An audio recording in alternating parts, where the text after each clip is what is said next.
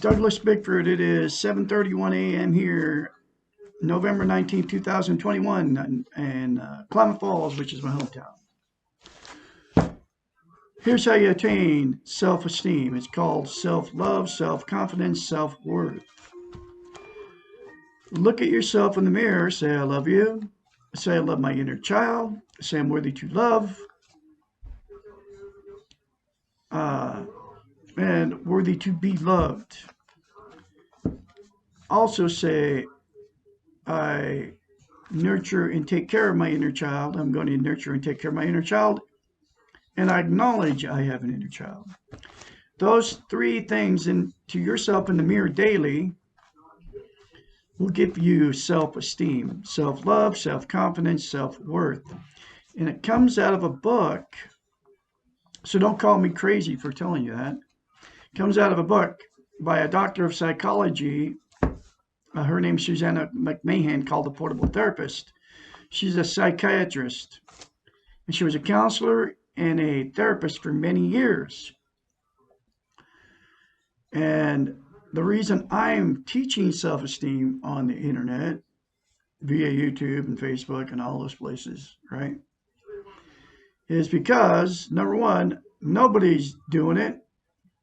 Nobody's telling you how to get it. Number two, and nobody's telling you how simple it is. And those three things to yourself in the mirror daily, without fail. You're in front of the mirror anyway every day. Most people are. Instead of saying negative things to yourself in the mirror, say positive things to yourself in the mirror. And those three things will give you self-esteem on steroids. It works, and it comes out of a book. So don't call me nuts. Call a psychiatrist nuts. She's the one that taught me. I met her through that. And here's the thing. With no self-esteem, you cannot love, and you cannot be loved. So you can't receive love, and you can't love somebody. And the other thing about self-esteem, you can't be content without it.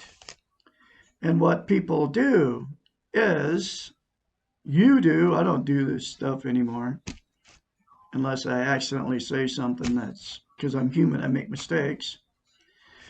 Say something that's inappropriate, call somebody names or whatever. But what you use, because to try to get content, you use drugs, alcohol, sex, TV, religion, you use people, you use material possessions, and you use money. 8 things to try to be content. And none of those things will make you content, make you happy. Because they're called externals. The only thing that will make you happy is to love yourself, which would be attaining self-esteem. And those 3 things in the mirror to yourself every day without fail will make you content. So you won't have to use all those 8 things to try to be content anymore. You all know what I'm talking about. You buy a new car and it sits in your driveway after you buy it. At first, it makes you happy. And you can include caffeine and nicotine as the drugs that you use to make yourself content. You drink a cup of coffee to try to make yourself content. It's a drug. It's a stimulant. It makes you feel good.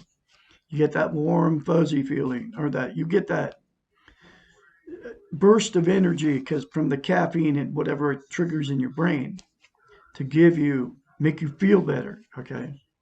That's why you have a cup of coffee in the morning, or you smoke a cigarette. If you smoke, they're classified as drugs, just like alcohol. You get the warm, fuzzy feeling after you drink a beer or a glass of wine or whatever, but then it always goes away. So you get addicted to alcohol because you are trying to get that warm, fuzzy feeling, which makes you feel better, just like caffeine. You drink more coffee to get that stimulant, make you feel better. Okay, you smoke another cigarette, but you get addicted to caffeine, you get addicted to nicotine, and you get addicted to alcohol because you keep trying to make yourself feel better with more and more. Same thing with marijuana. Okay, You get that feeling, and then you got to smoke more to get that, make yourself feel better. Every drug is the same, and alcohol is all the same. Prescription pills, same thing. And then the feeling always go away to take more. That's why people get hooked on prescription drugs. Okay, try to make themselves feel better. Same thing with people. All those things, those 8 things are addictions. Money, you get money, you get a bunch of money, you blow it or you save it. Okay, you put it in your, if you save it, you put it in your bank, and then it feels good when you first get it, but the feeling always goes away, and then you want more money, no matter how much money you got. Okay, same thing with another person. You get married, or you get a new boyfriend, new girlfriend, whatever it is, and then at first they make you feel content, but then as soon as you get used to them, you all know it, you've been through it, then it's not new anymore. And then you're not content with that person anymore. So then you go get another one. People do it all the time. I mean, that's why the divorce rate's 75%. I've been married 4 times because of it. They call it relationship jumping. Or you'll stick it out with somebody for years in a bad relationship, but then you go cheat on them or whatever. That happens too. People stay stuck in these toxic relationships. So drugs, alcohol, sex, and then television, same thing. You'll turn the television on, right, to make yourself feel better. And then while you're watching it, boom, it feels good. It's okay. Then as soon as it goes up, then you got to turn on more TV. That's why people become couch potatoes. Okay, that's why their TV's going 24/7. Same thing with religion. You go to a church, and while you're in the church, right, you feel good while you're sitting in it, and you go to the potluck or whatever is going on in the church. You're participating in it, and then you hang around all the people that believe like you. But then when you leave the church, you know, then you still don't feel content. Okay, but those 3 things in the mirror will make yourself content. They call it, it's relationship addiction. Okay, so it's drug addiction, alcohol addiction, caffeine addiction, nicotine addiction. It is relationship addiction. It's religion addiction. It's money addiction. Let's see, drugs, alcohol, sex addiction. You know, the same thing with sex. You do, promiscuous sex. You go have sex with different people. Then, while you're having sex, you know how long that lasts. It feels good, but then as soon as you're done, then, oh, wow, okay, so then you're done. Then you got to have more sex to make yourself content. And so then that person will get old, and then you'll have to have sex with somebody else that's different, right? Man or woman, doesn't matter what it is. Drugs, alcohol, sex, TV addiction, religion addiction, people addiction, money addiction, and then material possessions. Okay. You get the new car, okay, or whatever it is. You get a new cell phone. Now that people do it with cell phones, you got to get a new cell phone every year. When the iPhone comes out new, or Samsung, Galaxy, all that. And then you get in a 2-year contract, and then they charge you big bucks for the phone, right? And then that phone's not good enough after you've had it for a year or so, or even not even that long. Gets old, then you get the newest edition. Then the car gets old, then you trade your car in to try to get happy. You buy a new pair of shoes to get happy. You use clothes, okay. You change the hair color, okay. All of it. Those things never make you content. Anyway, so I've touched all the 8 things that people do to try to be content. because you don't have any self-esteem. Now, when you say those things to yourself in the mirror, which I'm counting on you to do that, folks. The first time you do it, you cannot lie to yourself in the mirror. That's the thing behind, I call it mirror therapy. She doesn't even call it mirror therapy. She just says, look at yourself in the mirror and say, I love you, in the book, right? You cannot lie to yourself in the mirror. It's a psychological event that happens. So you have to force yourself the very first time you do it. I've been through the change. I can be your mentor when your change comes for you. Because you do those 3 things to yourself in the mirror instead of criticizing yourself, you will change, I guarantee it. 458-232-5238. 5286 is my phone number. I got 2 phones. And you can call me anytime, day or night. And I will encourage you along the way. Then get the book in a link in the description of every video I put up. Get the book. It's very cheap. You can all afford it. And there's many more concepts in this book. Now I'm going through this book 1 chapter at a time.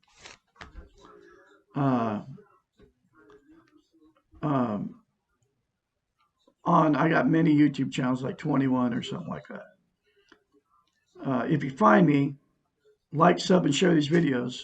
And I'm going through it 1 chapter at a time. The next chapter is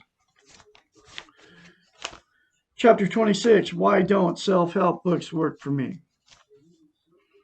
In the preceding question about how to learn self-esteem, reading a self-help book was not mentioned in the answer. This may seem to be a curious omission in this book, because the last chapter was how to attain self-esteem, and she didn't put in there a self-help book.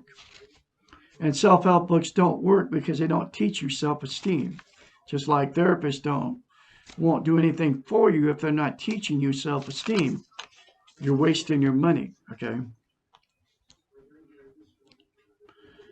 This may be a curious omission, as this book could be considered a self-help book. There are 3 reasons why reading a self-help book, even this one, will not lead to the development of self-esteem. The first reason is most people buy and read these books looking for a quick fix. They're hoping that the book will have the answer and they will absorb it by reading. Most of the self-help books do have the answers in some form or the other, but the very nature of self-esteem is living it and practicing it. And these skills cannot be acquired by simply reading about them. The 3 things in the mirror to yourself will give you self-esteem on steroids if you do it and if you keep saying it. That's the practicing part of it. They must be learned by activity and practice. Self-esteem can only be internalized by practice. That's why I still say it. I've been doing it for a year, or right around a year. That's why I still say it. Or I mean 10 months or something. That's why I still say it daily, continually. Say good things. But I say those 3 things to myself in the mirror daily, every time. I'm getting out of bed, walking at 4 o'clock in the morning, saying good things. Like, I love my inner child, okay? As I'm walking to the bathroom, and I'm practicing self-esteem, and I just keep getting more and more of it. The more I do it, the more I practice it, the more I feel it. And you will actually feel a difference in yourself, folks. It cannot be handed to you, and it cannot be acquired by reading about how someone else learned to do it. So you can't get this just by listening to me. You have to do it. Do what I said, and you'll get it, okay? This does not mean that self-help books are not valuable. They are, or I would not be writing one. But they're valuable only as a tool to be used. Reading alone will not do it. Reading the books to learn that you are not alone, that others have been where you are and have learned to change, and that change is possible, helps you keep at task. And that's what I can help you do, okay? I've been through the change. It's worked, okay? I'm proof it works by practicing it. And that's why I'm on YouTube teaching out of her book. I am her spokesperson. She's nowhere to be found. She's not on YouTube. She's nowhere.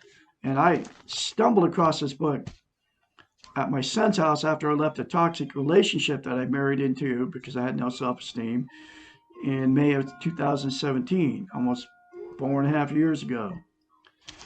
And I found this book, okay? And this book will change your life. And that's why I'm here teaching her concepts out of this book, because nobody's doing it. Like I said,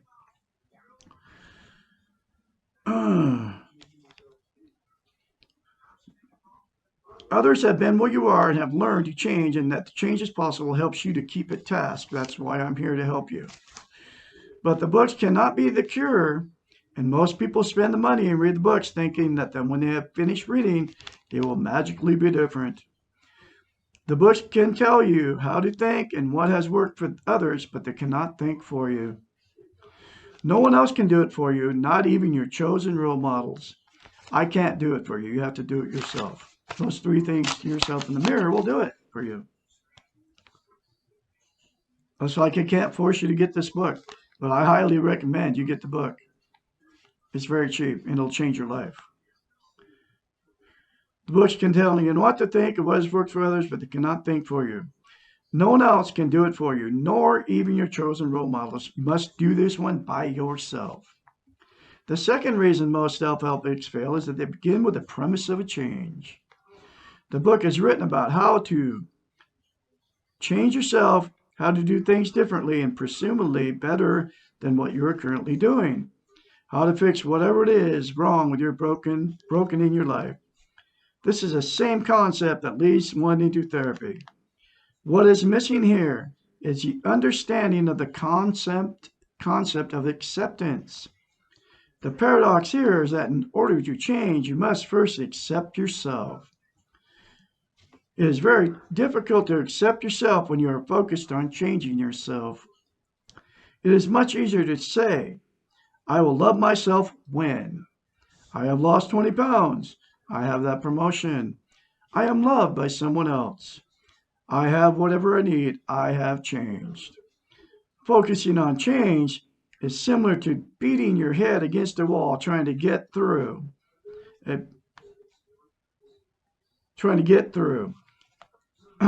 Accepting yourself as you are allows you to step back from the wall, observe it without judgment, and perhaps see a doorway in the wall. Acceptance provides a doorway through the wall and allows the change to occur. Acceptance provides for the foundation for change. The very nature of most self-help books is to imply before you begin, you must change in order to accept yourself.